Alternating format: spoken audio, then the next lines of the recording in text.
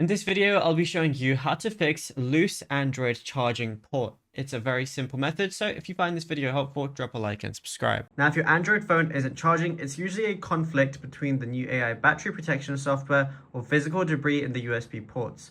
So, you can get a toothpick or a plastic dental pick, just avoid anything metal, and gently scrape the bottom part or like the USB-C area. If your cable feels mushy when you plug it in or it falls out easily, there's definitely going to be some lint inside or any sort of debris, so just try and shake it out as well. And what you can also do is go over to your settings. So we're going to swipe down on the top right, then press the little settings wheel icon. Then from here, go over and find the battery option. So I'm going to go to battery right now, and then go over to battery protection. As you can see, my battery protection is currently on.